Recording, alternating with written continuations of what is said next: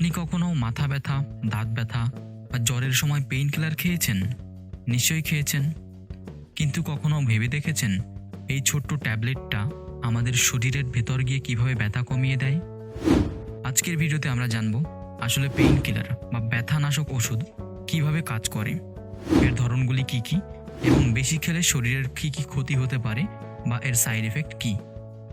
আমাদের শরীরের ভেতর কোটি কোটি স্নায়ু বা নার্ভ সেল আছে।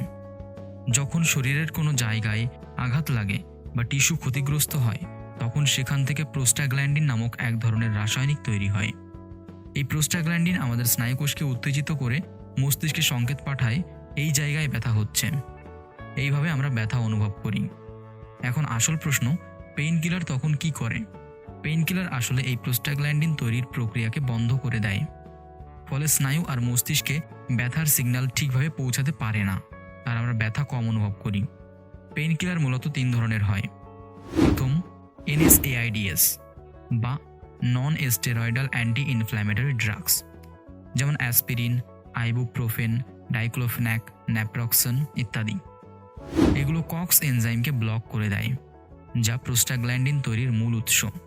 ফলে ব্যথা, ফোলা এবং জ্বর তিনটেই কমে যায়। দ্বিতীয়, প্যারাসিটামল বা অ্যাসেটামিনোফেন। এটা একটু আলাদাভাবে কাজ করে। এটা প্রধানত মস্তিষ্কের তাপমাত্রা নিয়ন্ত্রণ অংশে কাজ করে জ্বর কমায় এবং হালকা ব্যথা উপশম করে, তবে এর অ্যান্টি ইনফ্ল্যামেটরি প্রভাব খুব কম। তৃতীয়, ওপয়েড পেইন কিলার্স, যেমন মরফিন, কোডিন, ট্রামাডল ইত্যাদি। এগুলো সরাসরি মস্তিষ্কে গিয়ে পেইন রিসেপ্টরকে ব্লক করে দেয়, ফলে ব্যথার অনুভূতি অনেক কমে যায়।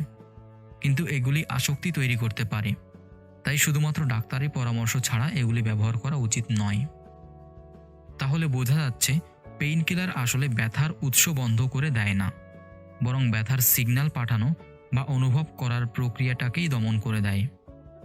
এখন আসি একটি গুরুত্বপূর্ণ অংশে, পেইন কিলার বেশি খেলে কি হয়। অতিরিক্ত পেইন কিলার আমাদের শরীরের জন্য খুব বিপজ্জনক হতে পারে। NSAID গ্রুপের ওষুধ বেশি খেলে পেটের আলসার, গ্যাস্ট্রিক, কিডনির ক্ষতি, এমনকি হার্টের সমস্যাও হতে পারে। প্যারাসিটামল অতিরিক্ত নিলে লিভারের মারাত্মক ক্ষতি হয়, যা অনেক সময় প্রাণঘাতীও হতে পারে। আর ওপয়েড ওষুধ তো আসক্তি তৈরি করেই ফেলে। তাই পেইন কিলার কখনোই নিয়মিত অভ্যাসে পরিণত করা উচিত নয়। ডাক্তারের পরামর্শ ছাড়া ওষুধ খাওয়া বিপজ্জনক।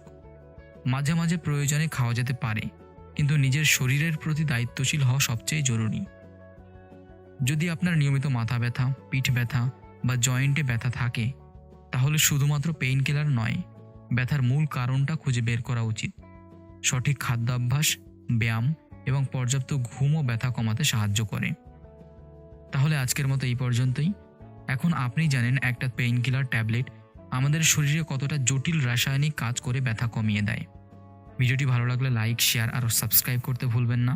পরের ভিডিওতে আবার দেখা হবে নতুন স্বাস্থ্য তথ্য নিয়ে। ধন্যবাদ।